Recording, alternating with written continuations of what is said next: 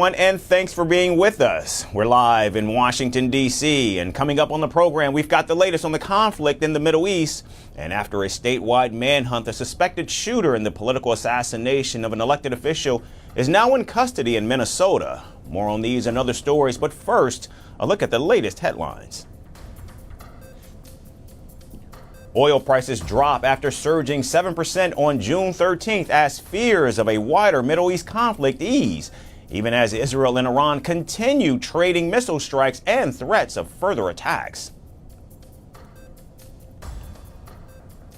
Data shows growth in China's factory output hit a 6-month low last month, while retail sales picked up, offering temporary relief amid a fragile truce in Beijing's trade war with Washington. Nepal begins exporting 40 megawatts of electricity to Bangladesh through India's power grid, marking its first step into the international energy market, positioning India as a key facilitator of regional power trade. Vietnam's National Assembly approves constitutional amendments to abolish an entire level of government, the latest in a series of major reforms to the way the country is now run. And a French national, a former executive of waste giant Veolia, goes on trial in northern Malaysia facing drug possession and trafficking charges that could carry the death penalty if convicted.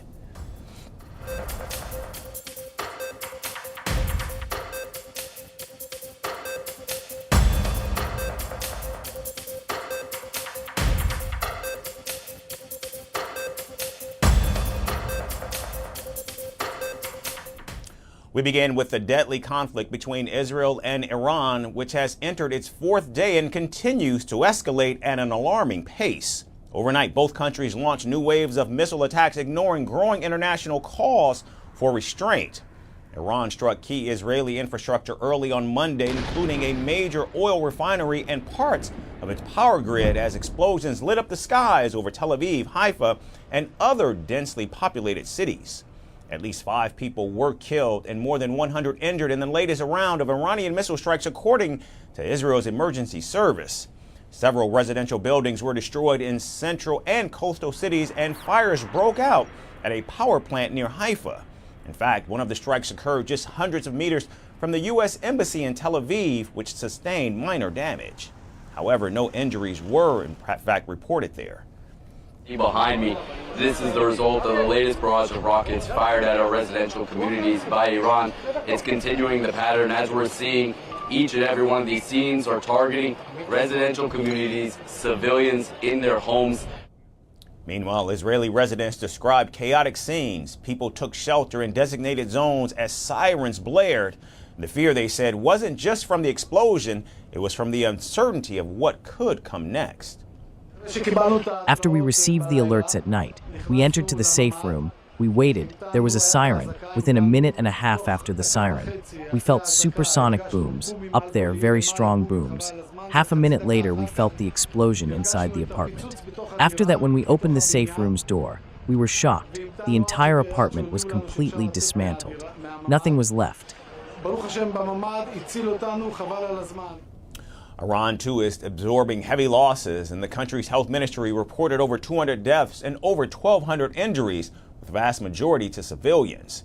Israeli Prime Minister Benjamin Netanyahu claimed Tehran is burning, and in an address, Prime Minister Netanyahu also said that the U.S. was helping a great deal, praising President Donald Trump's decisive leadership.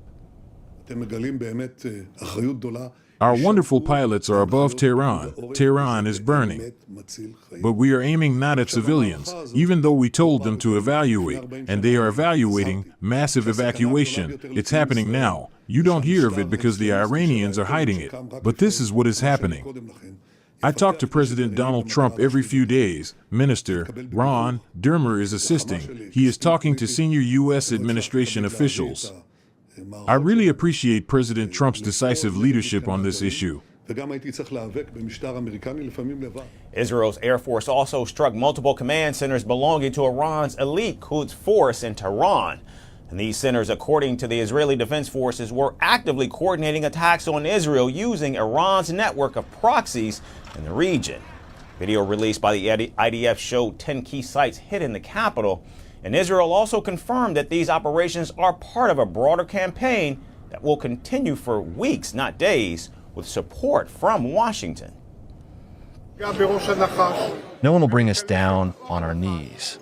We will hurt the snake's head, and we'll peel off the snake's skin, and we'll target the nuclear facilities, we'll target the aerial defense systems, we'll target the missiles, we'll target the regime. We will do everything to protect our citizens, and we will attack those who attack us. We'll bring them down on their knees and make sure they do not dare to continue doing these things. Meanwhile, attempts at diplomacy have collapsed. Nuclear talks between the United States and Iran were suspended after Tehran refused to negotiate under bombardment. Israel knows no boundaries. They intrude wherever they want with permission from America, meaning this is also carried out with America's permission. We are by no means seeking to expand the war, but naturally, as our army, our powerful IRGC, dear people have shown, appropriate responses have been given so far. The more they try to escalate, naturally, the responses will become tougher and more severe. More innocent people may lose their lives. And world leaders at the G7 in Canada are now urgently discussing the crisis.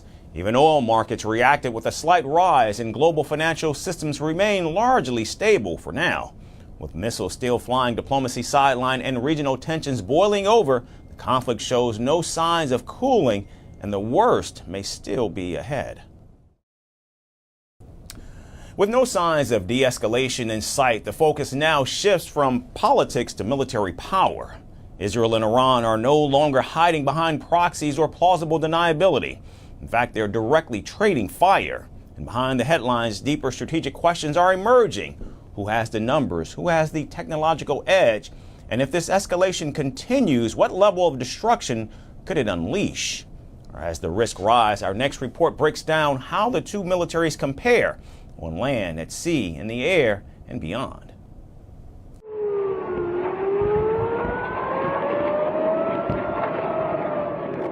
The Middle East is on edge.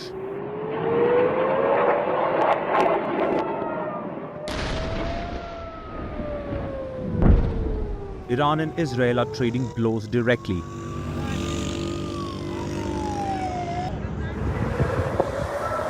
No proxies, no red lines, just a raw military face-off.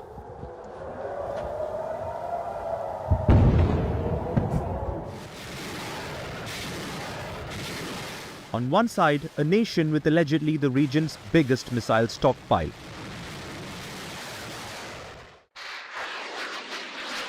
On the other, a state armed with American technology, nuclear ambiguity, and laser-precise defenses.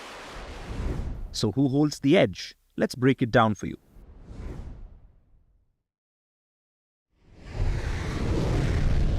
When boats hit the ground, mobilization is the first real test of military strength. Iran fields over 600,000 active troops, with 350,000 reserves and 220,000 paramilitary fighters. Meanwhile, Israel's active force is comparatively smaller, just 170,000, but its reserves stand at 465,000 thanks to universal conscription. Its soldiers are battle-hardened from decades of conflict.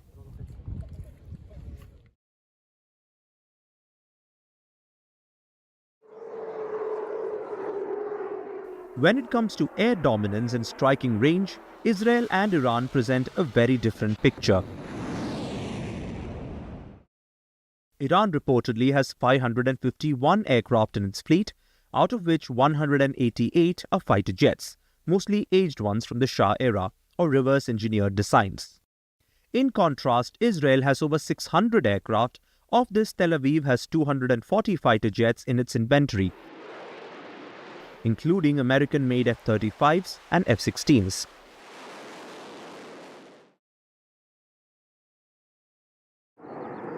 Now, Israel may have the edge in aircraft quality and technology. But when it comes to missile range and stockpile size, Iran outpaces its rival in numbers. Its arsenal includes Imad, Shahab-3, Fateh, Ghadar and Sejil missiles among others, and some of these can strike targets up to 2,000 kilometers away. Meanwhile, Israel maintains a more targeted missile force, including the Laura and the Jericho series, designed for high-precision strikes and strategic deterrence. But for every missile launched, there's a shield waiting to intercept, and here, Israel has the edge. Its multi-layered system, the Iron Dome, David's Sling and Arrow 2 and 3 covers everything, from short-range rockets to long-range ballistic threats.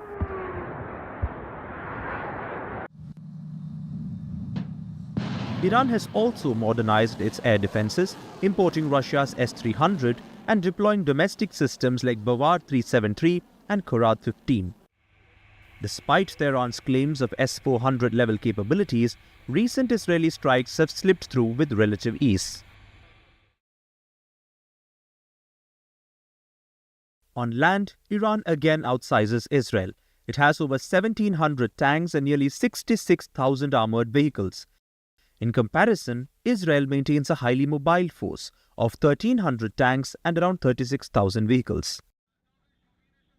At sea, Iran operates 25 submarines, primarily mini and midget classes, while Israel reportedly fields 5 modern submarines, most believed to be nuclear capable. And on defense spending, Israel invests nearly double, $30.5 billion compared to Iran's $15.4 billion.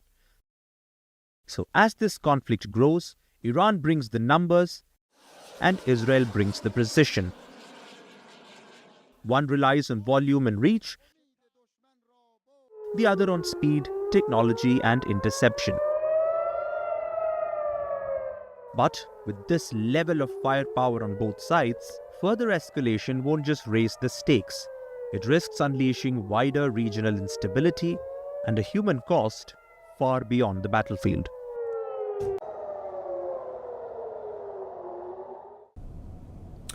And as the conflict between Israel and Iran continues to escalate, President Donald Trump says peace is still possible, but only after the two sides, quote-unquote, fight it out.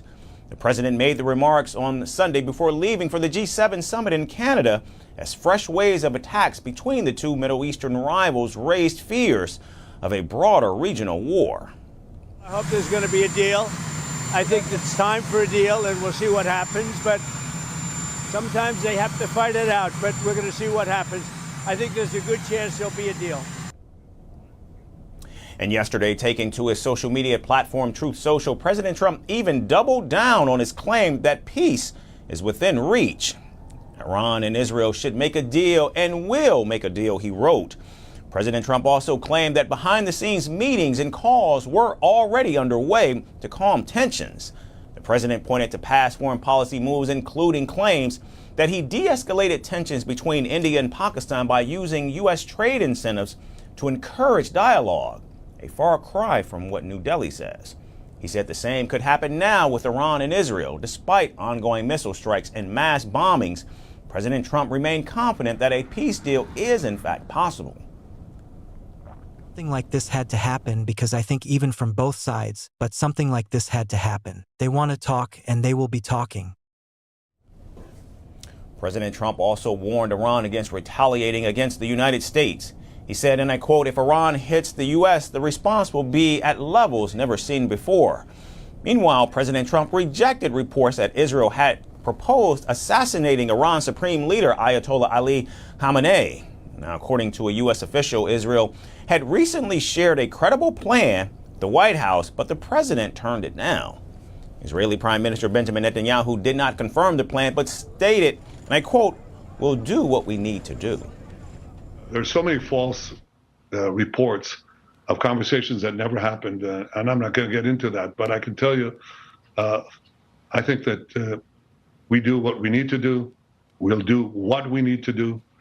And I think the United States knows what is good for the United States, and I'm just not going to get it. President Trump also said that Russian President Vladimir Putin had contacted him about the situation and was willing to serve as a mediator. Change of opinions naturally focused on the dangerous escalation of the situation in the Middle East. Vladimir Putin condemned Israel's military operation against Iran and expressed serious concern about a possible escalation of the conflict, which would have unpredictable consequences for the entire situation in the Middle East. So as the conflict persists in the Middle East, President Trump insists peace is, in fact, on the horizon. Talks may be brewing, but missiles are still flying, and the next move remains to be seen. Over the weekend, Washington witnessed a high-profile parade marking the 250th anniversary of the U.S. Army ordered by President Donald Trump himself. It was the first military parade of this scale in the United States since 1991 and came on the same day that President Trump turned 79. Over 6,600 soldiers took part along with tanks, armored vehicles, helicopters, robot dogs, and aerial displays involving paratroopers. The parade reportedly came at an estimated cost of up to $45 million.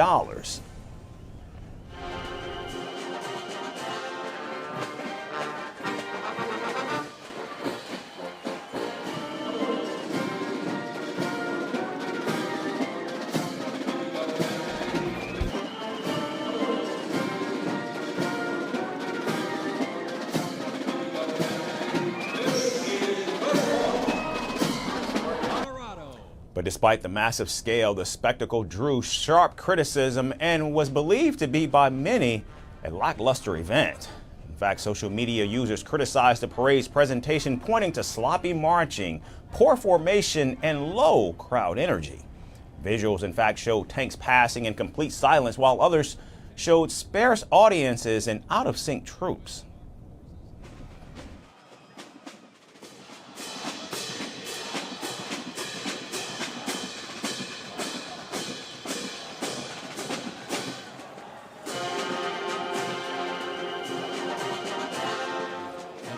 Introduced back in the 1960s. Over the years, some even compared the U.S. performance unfavorably to parades in other countries, including India, with users commenting that even school-level drill teams marched more precisely. Attendance also reportedly fell short of early predictions of around 200,000 people in attendance. We think that the money here, not only on the money spent on this equipment, which is literally billions of dollars every year, but the money that's going to be spent on the parade for the king for his birthday can be much better spent locally and nationally. Organizers of the parade also faced criticism. Parade attendees reported long lines for food, overflowing trash bins, and difficulty locating entry and exit points. The parade also sparked nationwide protests, including a march in Washington where hundreds chanted against President Donald Trump's immigration policies as well as ISIS deployments. Protesters carried signs across the country reading "No King, Save Our Democracy," and "All Hail Commander Bone Spur," a reference to the president's medical deferral during the Vietnam War. What democracy looks like. No Trump, no KKK, no fascist USA. Rise up.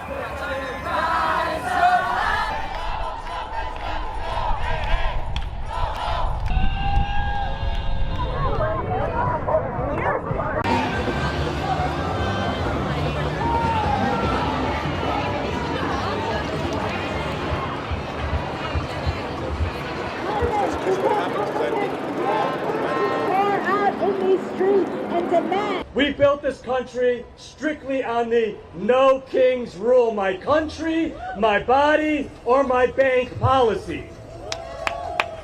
That and the simple notion that you can't be arrested and tossed into a dungeon or a detention center or a concentration camp or some damn basement without a fair trial.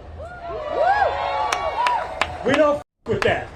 Some protesters also compared the military parade to the displays by North Korean leader Kim Jong-un, calling it a threatening message to Americans. In 2016, all the propaganda that was put out on North Korea and how they had a show for Kim Jong-un's birthday and all the rockets that they displayed and the nuclear weapons. And the West took that as an insult and kind of a threat. Well, I see absolutely no difference in what's happening in D.C. right now. It's an absolute waste of tax dollars in any kind of way that you can put it. It's a threat. It's a threat to the American people. Meanwhile, visuals after the parade also showed protesters confronting President Trump's supporters as well as other attendees in Washington. Take a look.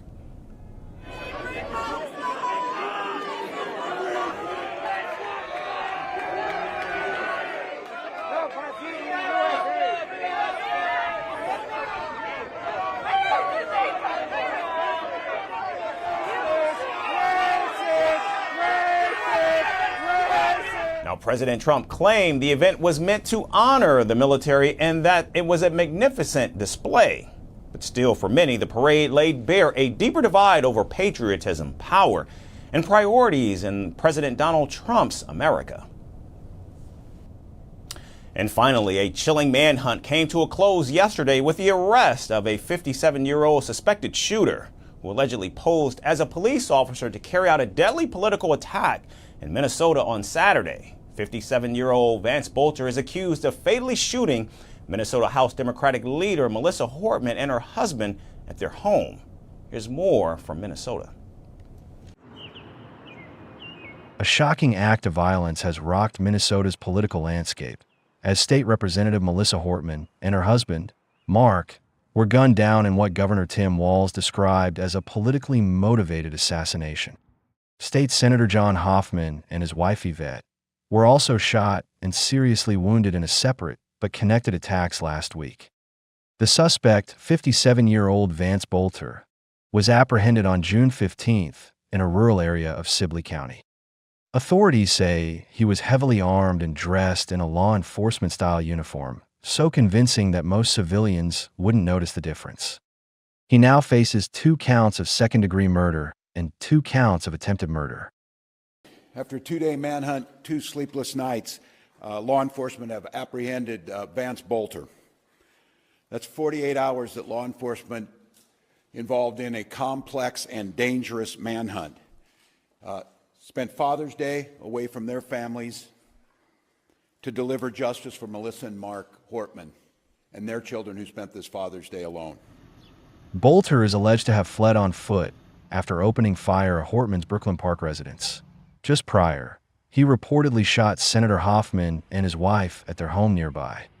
Hoffman sustained 9 bullet wounds and is undergoing multiple surgeries, while Yvette, who was hit 8 times, shared on social media that they feel incredibly lucky to be alive. The FBI had issued a nationwide alert with a $50,000 reward and circulated a photo of Bolter wearing a tan cowboy hat. Authorities found his abandoned car and personal belongings, including the hat, in a field near his Greenell home before tracking him down. Police say the suspect may have impersonated a police officer to carry out the attacks, and while a motive is still under investigation, officials believe political ideology may have been a factor. One with the doors that are wide open here. Bolter's wife and other family members were interviewed and cooperated with investigators, though none have been taken into custody. U.S. President Donald Trump has condemned the terrible shooting of the Lawmakers. Absolutely terrible. Absolutely terrible. While Governor Walz mourned the loss of a close colleague and friend, calling Hortman a great leader who served Minnesota with distinction.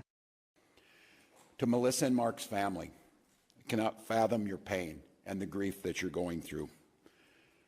We'll take solace in the memory and the work that Melissa did, and you can rest assured that we will put every ounce of effort that the state of Minnesota has to make sure that justice is served and the individual responsible for this serves the time for the unspeakable act. State grieves with you. Several Minnesotans are also devastated over shooting of lawmaker.